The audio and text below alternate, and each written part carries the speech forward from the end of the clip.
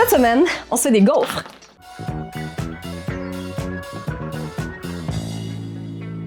Ces gaufres-là sont parfaites pour un brunch. En plus, ils sont un petit peu fancy, fait que tes invités vont capoter. Fait que t'as besoin de saucisses. Moi, je suis allée avec un mélange de saucisses aux épinards, Toulouse, vin blanc et échalote. Reste dans ces saveurs-là. D'habitude, je te dis, fais ce que tu veux, c'est pas grave, mais là, t'as un petit peu moins de jeu. Fait que fais à peu près ce que tu veux, mais s'il te plaît, prends pas de saucisse à hot dog, prends pas de saucisse italienne, prends pas de saucisse au smoked meat. Ça va être dégueulasse, OK? Avec le reste, ça matchera pas puis ça va être triste. Ensuite, on va avoir des champignons, des échalotes, des épinards. Vas-y à l'œil pour les quantités, là. On va couper des morceaux grossiers puis on garoche ça dans notre pâte à gaufres. Ensuite, on va terminer avec une petite sauce béarnaise. Ça va être magnifique. OK, fait que là, on va faire cuire nos saucisses, nos échalotes, nos champignons dans la poêle. Puis là, j'ai une plaque chauffante en cadeau. Est-ce que je l'ai déjà essayé? Non. Est-ce que ça aurait été une bonne idée que j'essaye avant de filmer? Absolument. Fait qu'on va croiser les doigts que je brûle rien.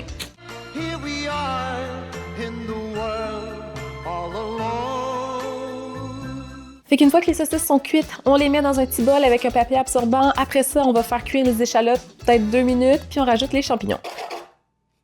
Puis là, assure-toi de garder le gras de saucisse dans ta poêle, parce que le but de faire cuire les saucisses en premier, c'était de bénéficier des arômes de la saucisse pour faire cuire les échalotes puis les champignons. Comme je disais, commence par faire ramollir tes échalotes environ 2 minutes. Après, tu rajoutes tes champignons, puis t'es fait cuire une dizaine de minutes à feu moyen élevé. OK, fait que mes saucisses, mes échalotes, puis les champignons sont cuits. Fait que fais juste les laisser de côté le temps que ça refroidisse un petit peu. Puis on va s'attaquer aux gaufres. C'est un mélange super simple. Fait que tu vas mélanger tes ingrédients secs en premier ensemble. Farine, sel, poudre à pâte. Après, tu t'attaques aux ingrédients humides, œufs, lait, beurre. Puis that's it, là. C'est vraiment pas très compliqué. Puis après, ben, tu mélanges tout ça ensemble. Et moi, j'ai pas tamisé la farine, là. C'est des gaufres, là, c'est pas grave. Donc, bravo, voici un mélange à gaufres. On va juste ajouter ce qu'on a fait cuire tantôt avec les épinards, puis on va le laisser de côté avant de faire les gaufres, parce que là, il faut s'attaquer à la sauce béarnaise. Pour la sauce béarnaise, on commence avec l'étape la plus facile. Tu mélanges du vin, du vinaigre, l'estragon, des échalotes puis du poivre, puis on va laisser réduire tout ça jusqu'à temps qu'il reste à peu près seulement 3 cuillères à soupe du mélange. Ensuite, tu tamises puis tu mets de côté. On a fini notre réduction de vinaigre et de vin. Là, il faut s'attaquer au reste de la sauce. C'est un petit peu tricky comme processus, mais fais-toi confiance, ça devrait bien aller. Tu vas commencer par te faire un bain-marie, puis 2 petits trucs. Assure-toi de ne pas porter ton eau à ébullition, il faut juste qu'elle soit chaude.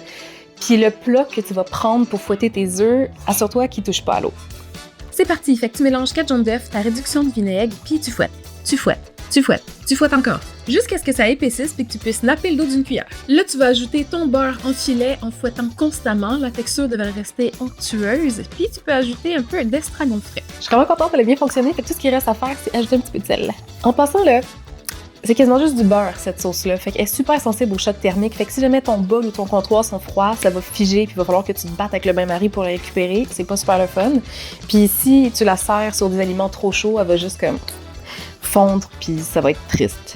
Puis si jamais t'es pas prêt à servir puis tu veux la garder assez chaude, là, tu peux la laisser sur ton bain-marie, feu fermé.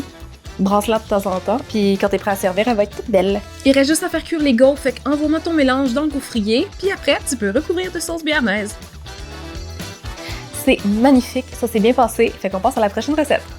OK, là, on va se faire un de mes repas préférés, du poulet frit avec des gaufres, OK? Si t'as jamais goûté à ça, je te le conseille fortement. Cette expérience gastronomique va révolutionner ton existence.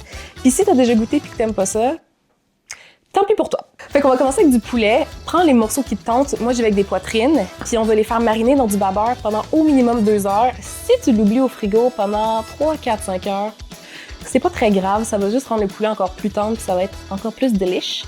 Puis on va rajouter aussi quelques épices. Pour que ce soit plus facile à cuire, moi j'ai coupé les poitrines en 4-5 morceaux. Après, tu rajoutes ton beurre. Tu vas rajouter de la poudre d'oignon, de la poudre d'ail puis du sel. Puis sois pas comme moi, fais juste mélanger tes épices avant dans le beurre, OK? Puis t'oublies ça au frigo. Le 2 heures d'attente est fini, fait qu'on va faire frire notre poulet. Dans du poulet frit, évidemment, on veut que ça goûte bon puis que ça soit croustillant. Fait qu'en plus de la poudre d'ail et de la poudre d'oignon qu'on a mis dans la marinade, on va s'assurer qu'il y a un maximum de saveur dans la panure.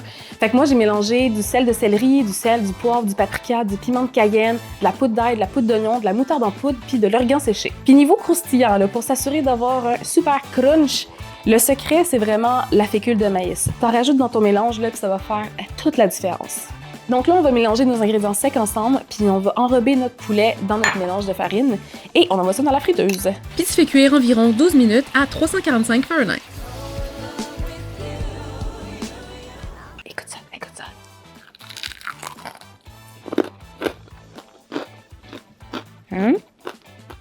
Oh! Ok, là, il faut juste que j'arrête de le manger, parce que sinon, il ne resterait plus à mettre ses gaufres. Pendant que le poulet refroidit, on va faire les gaufres. Moi, je voulais quelque chose avec un extérieur croustillant puis un intérieur vraiment léger puis moelleux. Fait qu'on va commencer par monter des blancs d'œufs en neige. Puis tu brasses jusqu'à temps que ça donne des pics fermes. Une fois que tu as fini de monter tes blancs d'œufs en neige, on va mélanger 2 tasses de lait de beurre avec 2 jaunes d'œufs à nos ingrédients secs. Les ingrédients secs, super simples, farine, sel, sucre et de la poudre à pâte. Une fois que c'est homogène, tu ajoutes délicatement tes jaunes d'œufs à ton mélange de farine. Puis après, tu mets ton gaufrier en charge du reste du travail. Ok, tout est prêt, fait que tout ce qu'il te reste à faire, c'est servir. Si tu veux, tu peux accompagner ça d'une sauce barbecue au miel. Tu peux mettre juste du sirop d'érable. Sinon, moi, ce que j'ai fait de mon côté, dans la poêle pendant 10 minutes, tu fais chauffer du sirop d'érable, du paprika, du piment de cayenne, puis du sel, puis c'est réglé.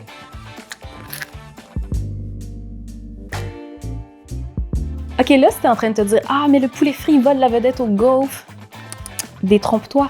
Le poulet a besoin de la gaufre pour shine encore plus. C'est vraiment un mariage parfait des saveurs. C'est juste divin. Fait que tu y goûtes, puis après, tu me dis ce que t'en penses.